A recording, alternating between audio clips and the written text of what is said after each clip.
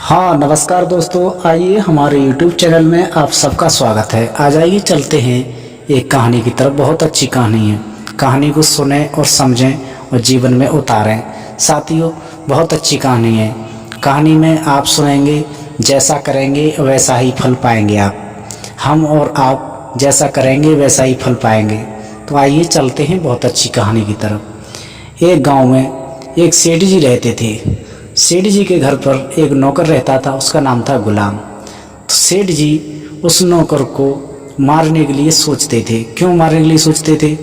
सेठ जी अच्छे पैसे वाले थे और राजा आदमी थे, और गुलाम व्यक्ति थोड़ा गरीब था और सेठ जी के यहाँ नौकरी करता था।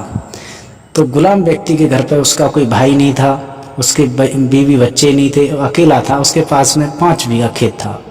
दोस्तों, तो सेठ जी इसलिए उसे मारने सोचते थे, क्योंकि ये मर जाएगा तो इसका खेत पे कब्जा मैं कर दूंगा, ये खेत मेरा हो जाएगा।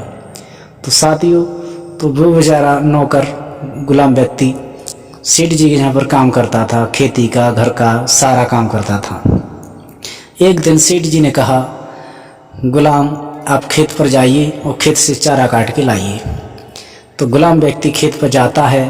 तो खेत पर जाकर के देखा तो एक शेर बैठा है और शेर के पंजे में कांटा फंसा हुआ है। तो शेर दर्द की वजह से छटपटा रहा था, बहुत परेशान हो रहा था। तो गुलाम व्यक्ति ने उस शेर को देखा तो गुलाम व्यक्ति डरने लगा। तो डरते डरते गुलाम व्यक्ति उस शेर के पास पहुंच गया और शेर के पंजे से कांटा निकाल दिया। तो शेर बहुत खुश हुआ और गुलाम व्यक्ति को आशीर्वाद दुआएं देने लगा।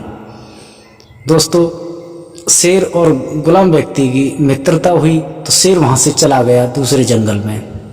तो गुलाम व्यक्ति घर पर वापस आया तो सेठ जी ने फिर आगे के लिए और प्रक्रिया सोची, इसे कैसे मारें, क्या करें इसका, कैसे खेत मिले। तो सेठ जी ने एक दिन जल्लादों को साथ लिया और सेठ जी ने उस नौकर को साथ लिया और कहा, जल्लादों इसे जंगल में ले जाओ और शेर के आगे डाल दो।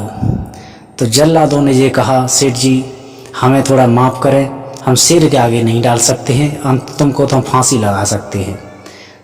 तो सेठ जी ने कहा कि नहीं, आप नहीं ले जा सकते हो तो फांसी नहीं लगाओ, क्योंकि इसका अगर शेर इसका गुलाम का मांस खाएगा तो शेर का भी पेट भरा जाएगा और इसकी भी मौत हो जाएगी। हटो, तुम नहीं ले जाओगे तो मैं ले जाऊंगा। तो सेठ जी उस गुलाम व्यक्ति को बातों में लगा करके जंगल में ले गए, जिससे दूर। तो वहाँ पर जाकर देखा तो वही शेर मिला जो उसके पंजे में कांटा था। तो उस शेर के पास पहुँचे और उस गुलाम व्यक्ति को शेर के आगे कर दिया। तो शेर ने उस गुलाम व्यक्ति को तो छोड़ दिया, सेठ जी को पकड़ लिया।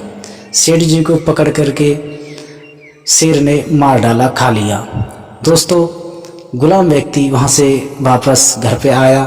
घर पे आके सारी बात बताई कि सेठ जी शेर ने मार डाले, खा लिए। दोस्तों, भगवान की कृपा ऐसी हुई, सेठानी ने गुलाम व्यक्ति को राजा बना दिया। सेठानी भजन के लिए जंगल में चली गई। दोस्तों, तो सेठ जी ने उस गुलाम व्यक्ति का बुरा सोचा था।